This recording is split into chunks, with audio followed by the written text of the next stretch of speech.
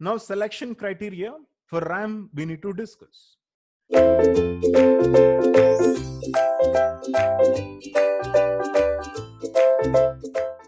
Now already RAM CS2 is connected from the 10th digit.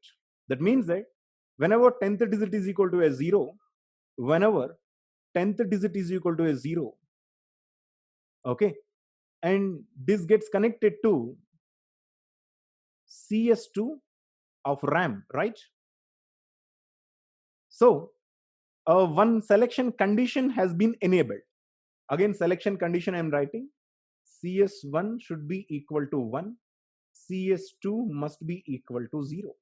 Okay, so one selection condition has been satisfied when we connect 10th digit to the CS2, because already 10th digit is connected to CS2.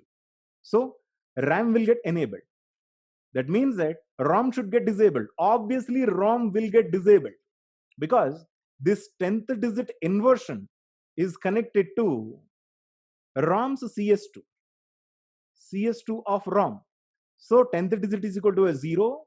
That means that 0 inversion is 1. 1, if it is connected to CS2, the condition will not get satisfied. The selection condition will not get satisfied. So ROM will get disabled. Now, RAM, of course, one condition is satisfied. RAM's CS2 is equal to 0. But all the RAM CS2 will be equal to 0 because this 10th digit, if you can have a look at, this is connected to all the CS2s. Okay. This is, this is, this is, this is. Let us say 10th digit is equal to a 0. So all CS2s are enabled, meaning all the RAMs are ready to be enabled, but only one chip should get enabled.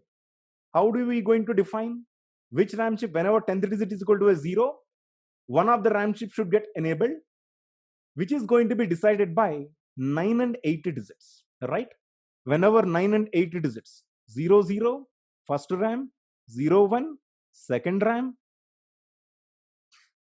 0, 1, second RAM, 1, 0, third RAM, 1, 1, fourth RAM. So what I'll do is, these 9 and 8 digits, I will connect it to a decoder. So obviously, the decoder outputs will get connected to CS1, CS1, CS1, CS1 of all the RAM chips. The first output of a decoder is connected to CS1 of RAM 1. Second output of the decoder is connected to CS1 of RAM 2.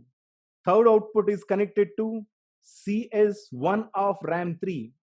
Fourth output is connected to this is the third output. Yes, this is the fourth output in fact. Okay, first output is connected to CS1 of RAM 1. Second output is connected to CS1 of RAM 2.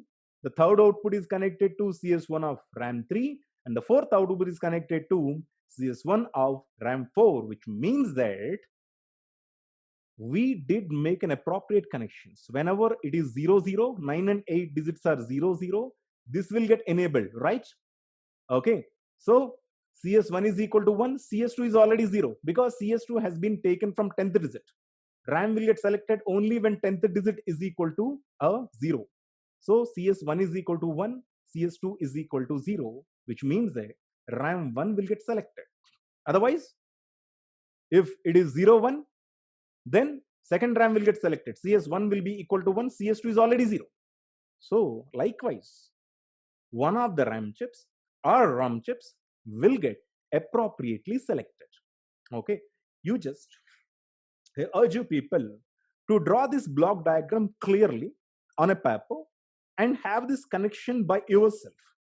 Rule is 10th digit must be connected to all the CS2 of the RAM and invert it and connect it to CS2 of ROM. Okay, which will satisfy the condition RAM should get enabled, ROM should get disabled whenever it is equal to a 0. Okay, and read pin must be connected to CS1 of ROM.